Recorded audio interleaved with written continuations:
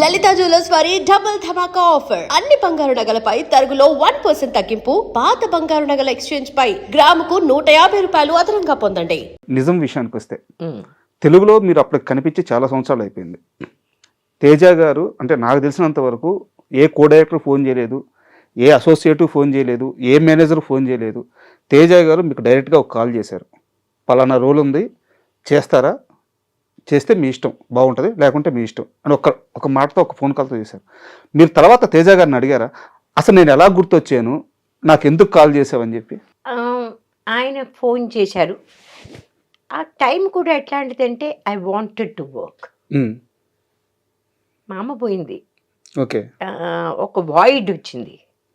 అంటే నాన్న ముందే పోయారు, అమ్మ ఆ టైంలో పోయింది. పోయి ఒక 2 నెలలు అయింది. ఆ వాయిడ్ పోవట్లేదు నా మనసులోంచి.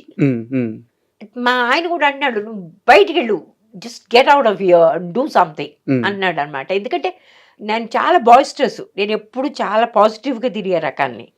నన్ను అట్లా చూడడం ఎవరికి ఇష్టపడలేదు. సరే ఆ టైంలో ఈయన ఫోన్ వచ్చింది, నేను తేజ అన్న అంటే తప్పలేదు. ఐ సెడ్ ఓకే,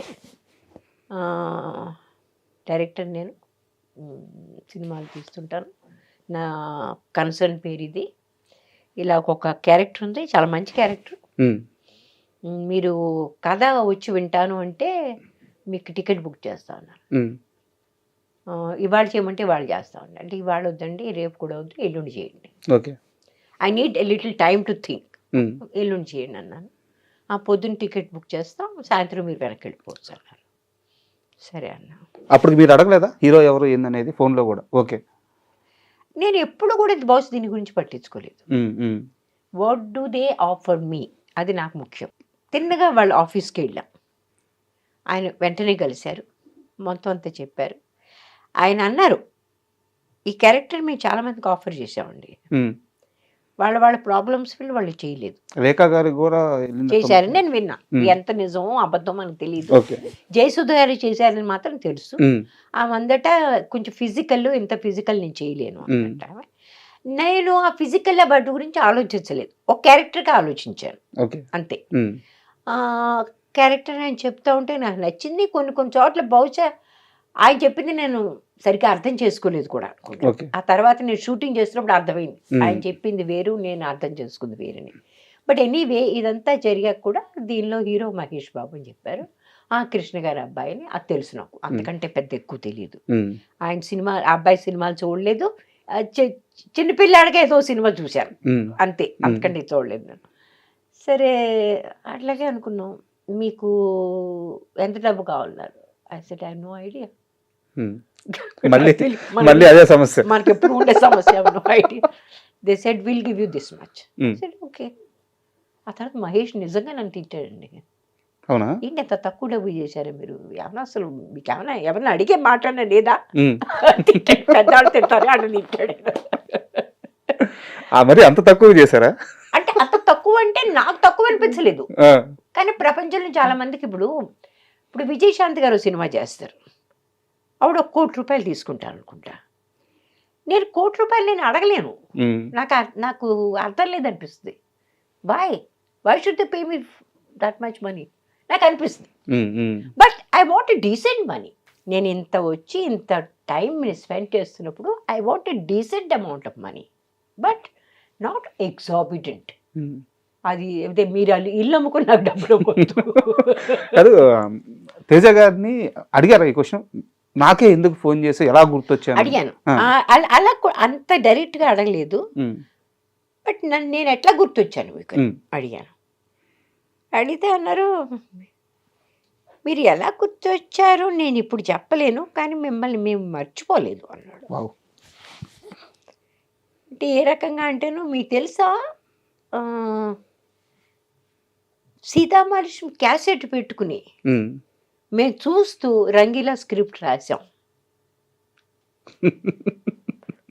అని చెప్పాడు. చెప్తే అసలు వావ్, నేను రంగీలా సినిమా చూడలే, నాకు కథ తెలుసు. ముంబైలో ఉంటారు కాబట్టి ఆ సినిమా ఎంత పెద్ద హిట్, అదే కాకుండా ఆమీర్ ఖాన్ ఇట్లా టపోరీ టైప్ అని ఇవన్నీ అవన్నీ తెలుసు మొత్తం. I said, yeah, it makes sense. కదా సీతామహాలక్ష్మి కథే అంతే. కాబట్టి టోటలీ అదంతా తీసుకెళ్ళి Mm. అర్బన్ అట్మాస్ఫియర్లో తీశారు అది. So I said, oh nice, thank you for remembering me. I said I'm happy. And frankly shooting చేస్తున్నంత కాలం నా మీద కామెంట్ చేస్తూనే ఉండేవాళ్ళు వీళ్ళిద్దరూ. ఎవరు మేడం? మహేష్ గారు కూడా ఉమ్, మన తను కూడా. నేను డైలాగ్స్ నాకు నోటికి బాగా కంఫర్టబుల్గా అయ్యేంత వరకు నేను చెప్పను. ఉమ్, ఉమ్, ఉమ్. నేను బాగా కంఫర్టబుల్ ఫీల్ అవ్వాలి. అంతవరకు ఎన్ని సరే రీటేకులు నాకు నేనే చేసేసుకుంటా. ఓకే. కట్ ఇట్ అంటాను, మళ్ళీ మొదలు పెడతా. Um, I have to feel like I'm saying it from here. అది ప్రాబ్లం. ఆ పర్ఫెక్షన్ కోసం, ఆ పర్ఫెక్షన్ కోసం. నాకు అది ఫీల్ అవ్వాలి. ఉమ్, ఉమ్, ఆ ఫీల్ అవ్వడం చాలా ముఖ్యం. ఆ టైంలో నేను రామేశ్వరుని కాదు, ఆ క్యారెక్టర్ని అలా ఆ రకంగా ఫీల్ అవ్వాలి నేను. అది నా మీద వీడు విక్రించేవాళ్ళు. ఈవిడ మళ్ళీ మర్చిపోద్ది, మళ్ళీ వాడు మర్చిపోతుంది అనుకునేవాళ్ళు వీడు. But I have a different problem. అది అర్థం కాలేదు. కానీ ఒకరోజు ఏదో ఒక విషయం మీద మహేష్ గారు నన్ను అడిగారు, మహేష్ బాబు గారు, అది మీ సరిగ్గా అదే సెంటెన్స్ దగ్గర మీ కళ్ళప్పుడు అలా బడబడి నీళ్ళు ఎలా కారుతాయి అని అడిగాడు. ఉమ్, అంటే because that is how I imagine that whole scene. ఆయన వద్దనే చెప్పాడురా, బజార్కి వెళ్ళొద్దని చెప్పాడురా, నేనే బలవంతంగా తీసుకెళ్ళాను. ఉమ్. అవన్నీ I go through that whole thing. And exactly at that time tears come. అది ఒక 5-6 టేకులు అయ్యాయి. ప్రతి టేకులో అదే టైంలో నాకు టీయర్స్ వచ్చేవారు. ఎక్కడ అది? ఆ జైలు షాట్? జైలుకి లోపల తీసుకెళ్తామని చూసారు ఆ టైంలో. అవును. ఓ మై గాడ్, అతను నిజంగా హీ లైక్డ్ ఇట్. తనకి చాలా నచ్చింది ఆ విషయం. యాజ్ అన్ యాక్టర్ అంతే. చాలా మంచి యాక్టర్ అతను. ఆ మంచి యాక్టర్కి ఇట్లాంటి విషయాలు నచ్చుతాయి, నచ్చాడు. అట్లాగే నేను సినిమా పూర్తయ్యాక సినిమాల్లో కూడా చాలాసార్లు తేజ అనేవాడు, మీకు తెలుసా ఈ సినిమా అయ్యాక అసలు మీకు ఖాళీ ఉండదు, మిమ్మల్ని ప్రతి వాళ్ళు అడుగుతారు సినిమాలు చేయమని, మీరు చాలా పాపులర్ అయిపోతారు. తమాషా ఏంటంటే మిగిలిన వాళ్ళు ఎలాగో అడగలేదు, ఆయన కూడా అడగలేదు. సో అందరూ చెప్పేది అంత నిజం కాబోదు అప్పుడప్పుడు.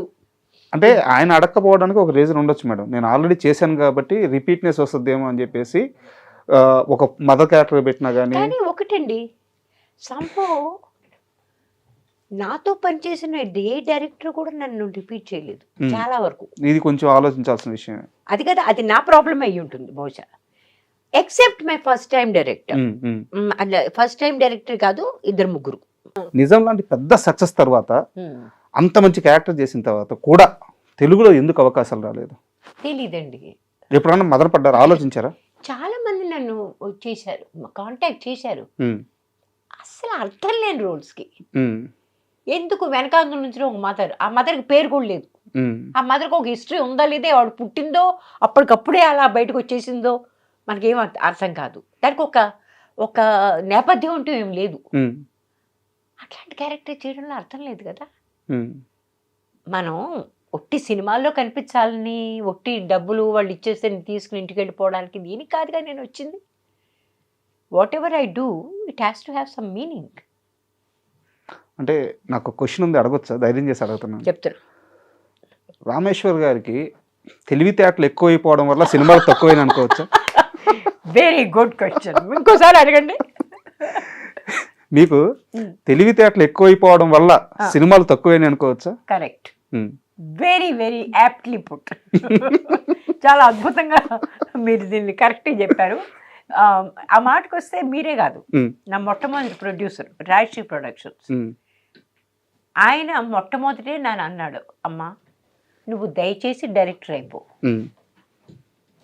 నీకు యాక్టర్గా పెద్ద కాలం నీకు కష్టం.